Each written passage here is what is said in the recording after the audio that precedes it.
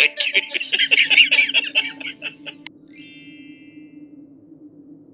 What is up, you guys? Welcome back to my channel, and if you are new here, welcome to my channel and welcome back to another True Crime Sunday. Today we are going to be talking about an Australian case, in particular a Brisbane based case, and this one is solved. So today we are going to be talking about the Baden-Clays. So the Baden-Clays were a Brisbane-based family. They lived in the suburb Brookfield. Brookfield is about 10 minutes away from Brisbane CBD. The Baden-Clays were made up of Alison, who was 43 years old, and Jared, who is 49 years old, and also their 3 young daughters, which we don't have any information on due to privacy issues. Jared and Alison met at work and they soon fell in love. But Alison's friends did warn her that they did not like Jared from the start. They said that he seemed super ingenuine and he always had this like superiority complex about him. And so they did warn her before she married him. But despite all of her friends saying that they didn't think that he was a genuine person, they still married in 1997. Jared was known for being the great-grandson of Lord Baden-Clay, and Alison was known as being a beauty queen. Both of them ended up working as a real estate agent, and Jared in particular was known for being quite a charismatic kind of character. Whereas Alison was described as living to be a mother, and her friends described her laugh as she laughed freely, she laughed often, and she often laughed at herself. And although Jared was kind of known in the real estate community for being quite charismatic, he was also known for being a little bit strange. A lot of people did notice the charismatic qualities that he had, but they also said that it was quite surface level, and one man even described him as being not all there as a human, that they didn't think that he was acting like a real person. But in 2008, Jared would meet a lady called Toni McHugh, and they would meet at work. Toni was originally a client and soon became an employee, and thereafter the pair soon became involved with each other. Toni's own marriage, which lasted about 13 years, was crumbling, and by that point when she had met Jared, her husband was only providing financial support for the children. So her marriage was well and truly over, and the way that the two bonded was that Jared said to Toni that my marriage is quite the same. I'm over my marriage, I want to end my marriage, and I'm ready to start something new. But when Alison found out about the affair, Jared took the coward's route and he cut off things with Toni, and he also fired her. Toni said that she received a text message from Jared which said that his wife knew and that they needed to meet immediately. She said when she received that text message, she knew what her fate would be. And inevitably, her fate wasn't just that she lost her boyfriend, but she also lost her job. And even though Alison's husband was cheating on her, she was determined to make the relationship work, and she had no intentions of divorcing Jared. So at this point, Jared had broken things off with his mistress Toni and had rekindled his relationship with his wife Alison. However, it was only 2 months later that he got back into contact with Toni and said that he wanted to meet her.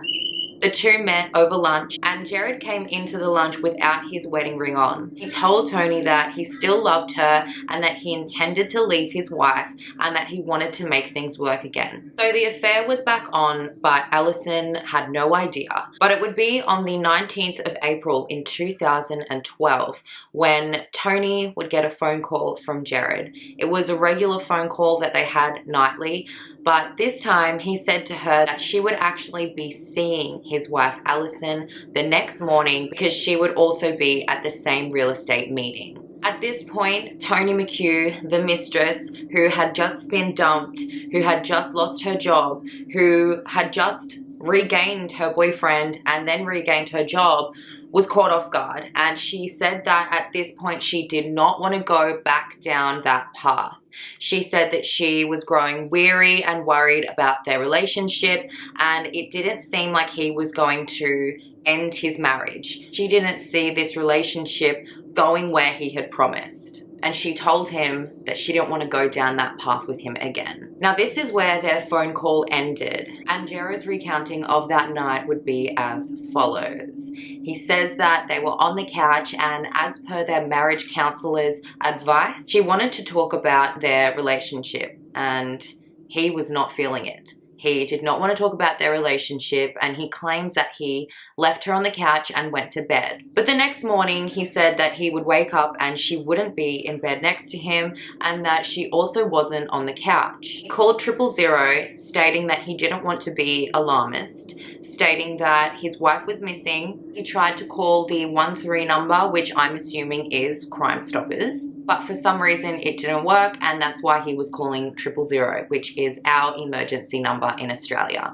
Alison was gone, and so the dispatcher sent police officers to the Baden-Clay home. But when police arrived at the Baden-Clay home, they were clued on straight away, because what they saw on his face was alarming. They saw huge gashes in the side of his face, which he explained away by saying that they were merely shaving cuts. But these were male police officers, and they know exactly what shaving cuts look like.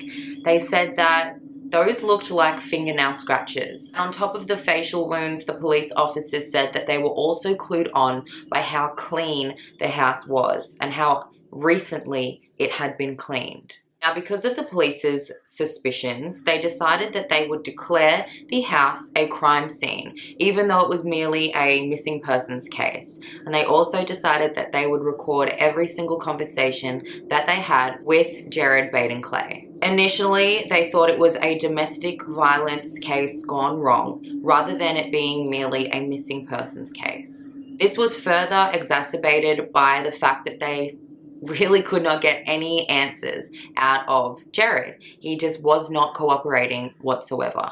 They also would notice not just the gashes out of his cheek, but he had scratches on his chest and cuts on his hand. He said that the cuts on his hand were due to changing a light bulb and crushing it the day earlier. And then in terms of the scratches on his chest, he explained this away by saying a caterpillar had scratched him. As ridiculous as the caterpillar thing sounds, the police were very smart in that they wanted to make sure that this wasn't a possibility. So they hired a caterpillar expert, and the caterpillar expert did confirm that there was no such caterpillar that existed in the area that could have possibly made those scratches on his chest. And on top of the scratches, on top of the cuts and the marks on his face and the extremely clean house, the police confiscated his computer and examined his search history. And they would find Google searches on how not to incriminate yourself. So by him Googling how to not incriminate himself, he incriminated himself. And when it became public that Alison was missing, her friends immediately suspected that he had something to do with it. Her friends recall him becoming extremely cruel to Alison. He used to make fun of the dinners that she cooked. He would call her lazy when she tried to clean the house. And at one point, her friends recalled when he told her that he didn't even love her. And when Alison's diaries were discovered, they told a tale of an extremely depressed wife who just wanted her husband to love her, which is literally one of the lines out of her diary. It was literally, "I wish my husband loved me." And before Alison went missing in the first place, her husband was on a call with another real estate agent who was trying to figure out a Gold Coast deal. And this agent would recall a very strange proposal that Jared Baden-Clay had for them. When Jared tried to poach this young real estate agent to come and work for him, she said no. And then he said, "Well, I have another job for you. I need someone to kill my wife." And when she was like, "Excuse me, sir, what exactly do you mean?" He was like, "I need someone to kill my wife."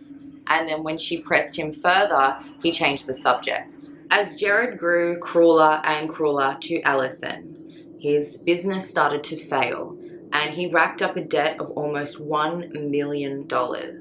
And then a few days before Alison went missing, he sent an email to Tony McHugh, his mistress, saying on 3 separate occasions that he still loves her and that he's going to leave his wife and to leave it up to him. But when Tony McHugh found out that Alison was missing, she became concerned. She asked him, "Did you guys fight? What happened?" And he brushed it off and said that she was just missing. His mistress becoming more and more concerned about what had happened to Alison Baden-Clay. He told her that he shouldn't be talking to her right now because he was being investigated by the police. Tony McHugh initially thought that Alison might have found out that they were going to be in the same meeting the next day, and maybe she had run off. And at that point, Tony McHugh did not have any sort of inkling that Jared had anything to do with his wife's disappearance. So Alison was nowhere to be found at this point, and Jared was under the police's microscope. But that didn't stop him from pretending to cry in front of cameras and pretending to be a concerned husband. But Jared wasn't as concerned and loving as he was trying so hard to make people believe. He did not participate in any single search and did not do anything to help anybody find his wife.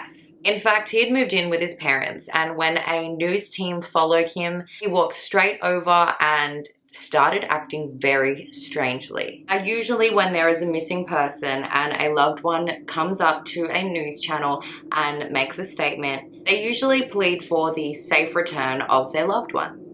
But not in Jared's case. He walked straight over to make a statement. He did not once plead for his wife's safe return. He merely said that he trusted that the police were doing everything that they possibly could, even though he wasn't helping with any of the searches. And the reporter who had caught him noted that his voice seemed extremely strained and really high, and also noted that his eye contact was off. He kept looking around but looking straight back to the ground.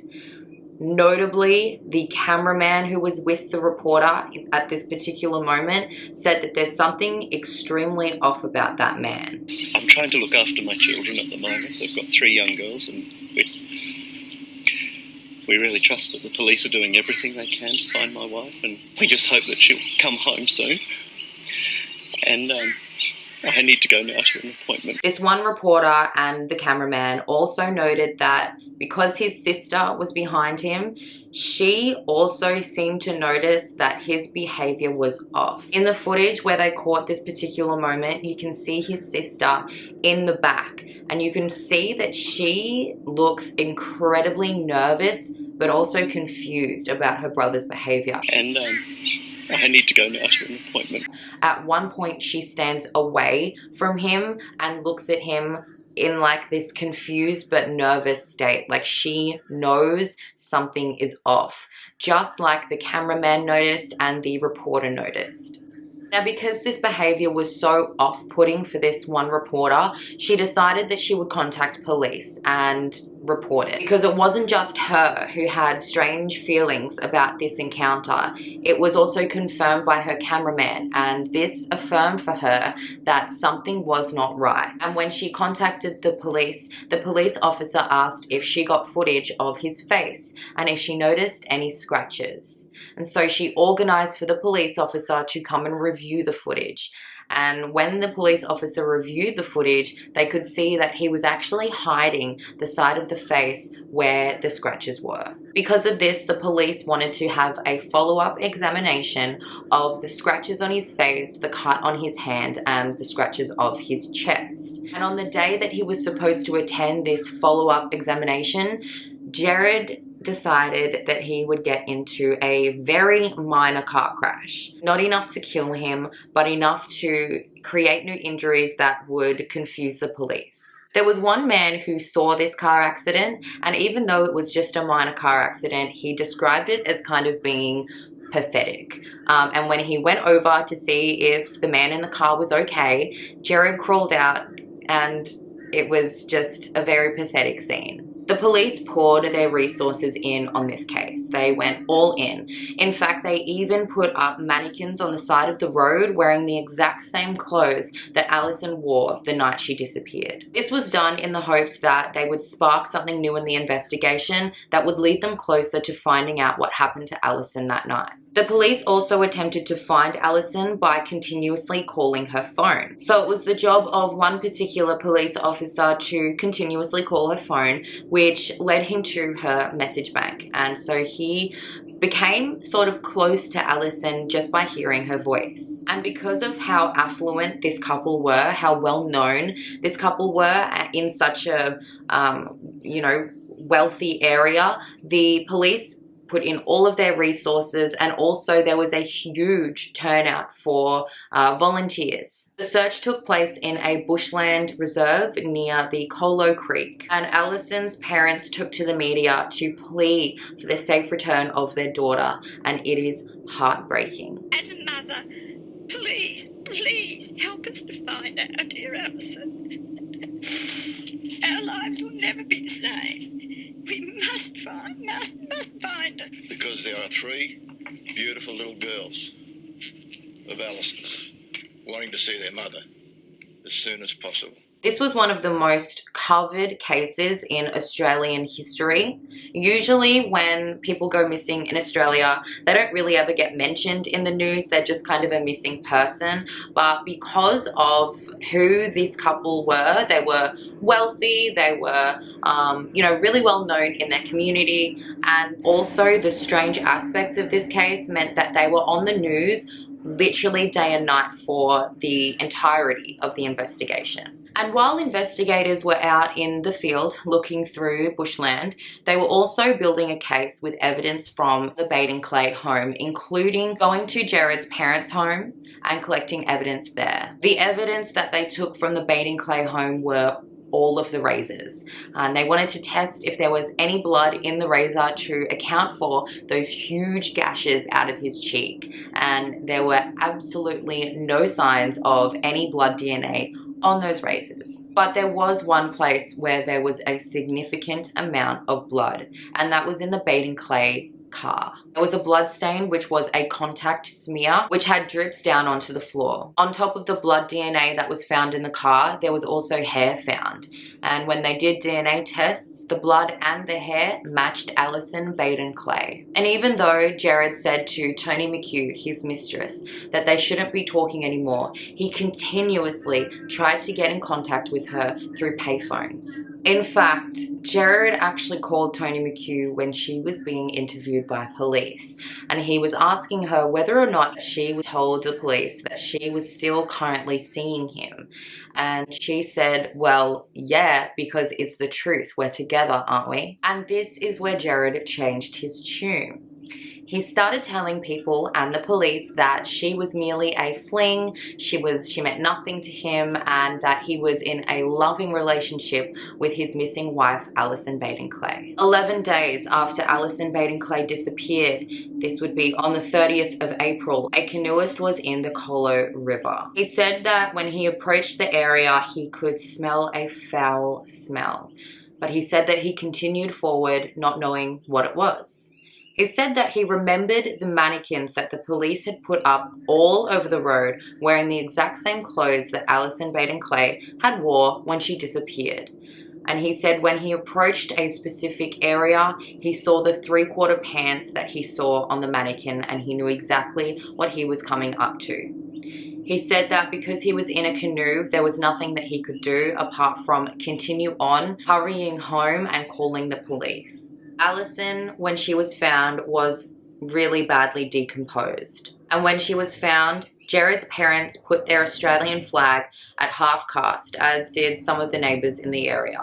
Police suspect that Jared put her in the river, thinking that she would just wash away when the tide rose, but she didn't wash away. And even before she was formally identified, Jared started making claims on her life insurance policies. The life insurance policy that he had made out on Alison's life was just around $1 million, which would have paid off his incurring debt, which was around $1 million. Police believe that on the 19th of April, the night that Alison went missing, which was also the night that Jared called Tony McHugh saying that the next day, both his wife and his mistress would be in the same meeting together, this would be the night that he killed Alison. They believe that a fight ensued between the couple and that Alison scratched his face and scratched his chest in a bid to defend herself. Those were defensive wounds, and that she fought to her death. Her friends say that they are proud of Alison and grateful that Alison did actually fight back, because it led to evidence that, you know, otherwise they might not have had. They also said that they were proud of Alison because she was never a confrontational person. She was never an aggressive person. And they said that it must have taken a lot for her to actually fight her husband back. And I think it really shows, because in her diaries, she just said, I want my husband to love me back. And she went through so much verbal, emotional, and physical abuse that actually fighting your abuser back usually isn't something that you do when you're in a domestically violent situation. And it's not something that she previously did in the past. So the fact that she did it probably suggests that she knew that this was a time that she needed to actually fight him back. Another piece of evidence which helped the prosecution in actually going after Jared was the fact that there were 6 types of leaves that were matted in Alison's hair. There were only 2 types of leaves that they could match the Colo River, but all 6 plants were found in the Baden-Clay backyard, which confirms that prior to her being transported to the Colo River, she would have had to have been dragged across their back patio for those leaves to be matted in her hair. So on the 13th of June that same year, police arrested Jared Baden-Clay and indicted him for the murder of his wife, Alison Baden-Clay. Toni McHugh has since said that although she knows that they were painful, annoying circumstances that she would have been in the same room as Alison, she says that she does not understand how they got that heated to the point where he murdered his wife. She says that she doesn't actually believe that Jared killed Alison for her. She says that at the point that they were at, she already loved him, he already had her, and he wasn't really fearful that he was ever going to lose her, especially because she had gone back so many times. Police don't think that Toni McHugh had anything to do with Alison's murder, and that she didn't have any idea that Jared had actually killed his wife. They also say that they don't think that the motive for killing his wife was anything to do with love or affairs or anything like that, and they think that it is more of a financial motive than anything else. Toni McHugh also says that their affair was only one aspect of this case, and that there was so much more that motivated him to murder his wife. She also says that she is fearful that she was involved with a man who could murder, and she says that she wishes she will never see him again, and she genuinely seems scared. Jared was sentenced to 15 years in prison. And not only does Alison Baden-Clay's murder say something about Australia's hidden shame of domestic violence, but it also says a lot about how people in Australia react to domestic violence. Because after just 3 years in jail, after lodging an appeal with the higher court, his murder sentence was swapped out for a lesser charge of manslaughter. The 3 judges deciding on this case justified their decision by saying that they don't think that he actually meant to kill his wife.